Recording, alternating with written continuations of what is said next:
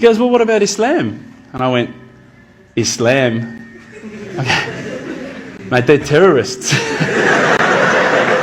Assalamu alaikum wa rahmatullahi wa barakatuh.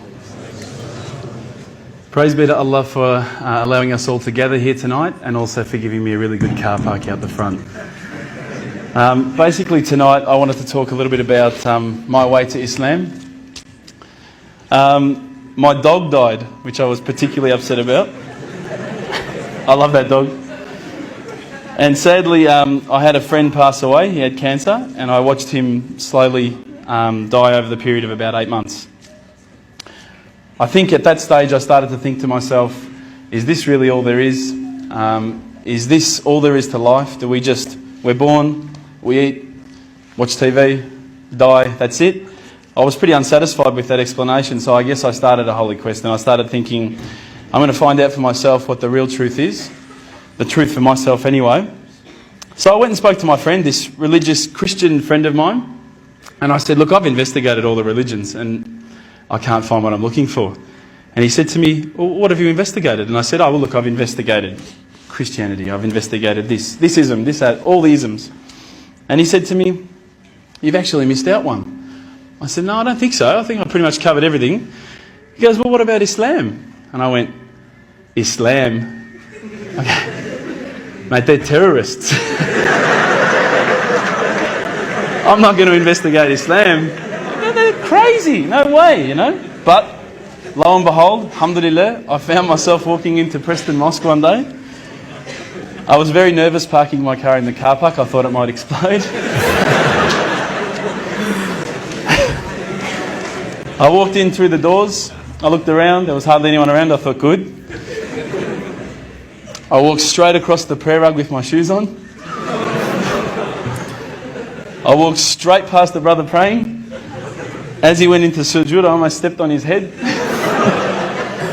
I had no idea, right? I walk across and I stopped. Abu Hamza came out of a door. That's the brother who just introduced us before, Samir. And I thought, this is it. I'm about to die. I was not used to this level of hospitality, I should say. I'm not sure, I don't want to offend anyone again, but as an Australian, if you offer someone a cup of tea and they say no, you go, okay. These guys wouldn't take no for an answer. Would you like a cup of tea, bro? No, thanks, bro. Are you sure? No, I'm right. Are you sure, bro? I'll go get one. No, I'm right, bro. No, I'm getting one anyway. Sure, look, I'll just get you one, right? No worries, I'll get you one. All right, man, I'll take the tea, you know? Subhanallah. But anyway, as I say, we get back to the questions I was asking the brothers. Now, what I'd found with a lot of the other churches and people that I'd spoken to, religious leaders, was that when I asked a question, they would quite often just say, your answer is this. I'd say, oh, okay, that's pretty good. When I was sitting down with the brothers from the mosque, when I would say, listen, I don't understand this, what about this? They would never just answer from their opinion. They would always pick up the Quran, they would open it up, and it would be like, they're like human indexes.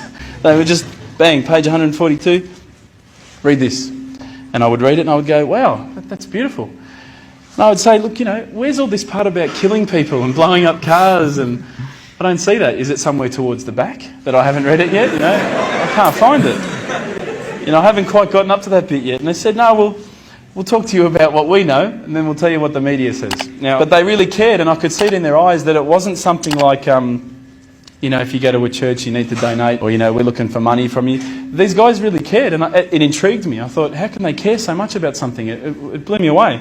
So I kept on asking questions, and it's very difficult from an outside point of view to think, okay, the scarf, or okay, the beard, or okay, the kebab, okay, the abaya, whatever.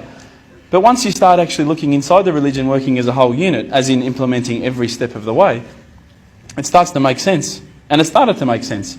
One night, I was sitting at home. Now, I apologise to some people who may have heard this story. It's called the candle story. I was sitting at home and I thought to myself, I want to be, you know, one with myself again. I want to get closer to Allah. So I lit a candle. I opened the window. I had the blinds drawn. It was a nice night, a bit warm, you know. Thought this is about as spiritual as it gets, you know, a candle. The Quran. I'm sitting there reading, and I stopped and I thought to myself, look, this is the time. Tonight, Allah and me, we're going to have a bit of a conversation. We're going to, you know, we're going to bond. All I need from you, Allah, is just a sign. Just a little sign. Look, nothing too major, just maybe a bolt of lightning. Bolt of lightning for you, man. Come on, you created the earth. This is just a bolt of lightning. It'll be easy. So I sat there and I went, okay, go. And I swear to you, nothing happened. Absolutely nothing. I was really disappointed. I said, Allah, this is your chance. I'm here, I'm asking you. Where's my sign? So I thought, look, I'll keep reading Quran and I'll talk to the brothers. I'll say that I spoke to Allah and He didn't answer me. Didn't even get an answering machine, nothing. So I turned the Quran, turned to the next page where I'd finished off. SubhanAllah, the very next verse that I read, for those of you who ask for signs, have we not shown you enough already? Look around you at the skies, the stars, land, the oceans. These are the signs for the people of knowledge. SubhanAllah, straight away my whole world changed. I was staring at the Quran, I was just in shock. I couldn't believe that I'd been so arrogant to ask for my own specific sign when the signs had been around me all the time. There's a creator because there's a creation. So I closed the Quran. I had the best night's sleep, I got to tell you. I went straight to the mosque the next day. Alhamdulillah, Abu Hamza was there again. I said, Abu Hamza, this is what's happened to me. He said, that's it, you become a Muslim today. There's no mucking around with Abu Hamza. But when I walked into the mosque, the people just started pouring in. And I went, SubhanAllah, look at this religion. You know, I've been to churches where there's, 20 people, 30 people, 50 people. There was about 1,000 people that night. And I thought, this is amazing. This religion is truly the religion of choice.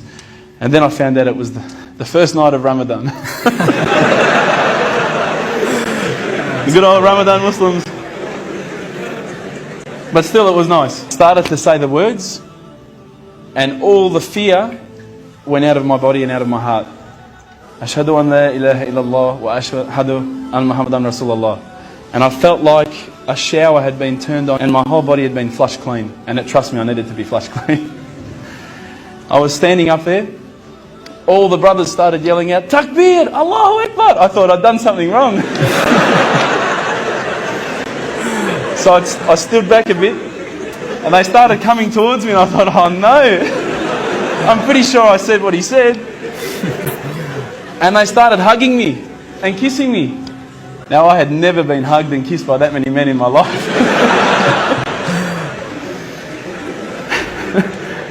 I went home with such a beautiful feeling because I knew at that stage that I had a clean slate. It was my chance now to start again, to forget about the drinking, to forget about marijuana, dope, whatever, anything else I'd done in the past, and to start doing good things.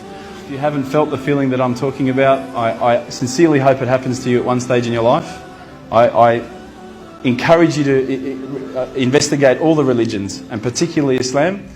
I would say that one of my favourite verses, I'll end with this verse, is a particular verse that says, let there be no compulsion in religion, because the truth stands clear from error. Assalamu alaikum.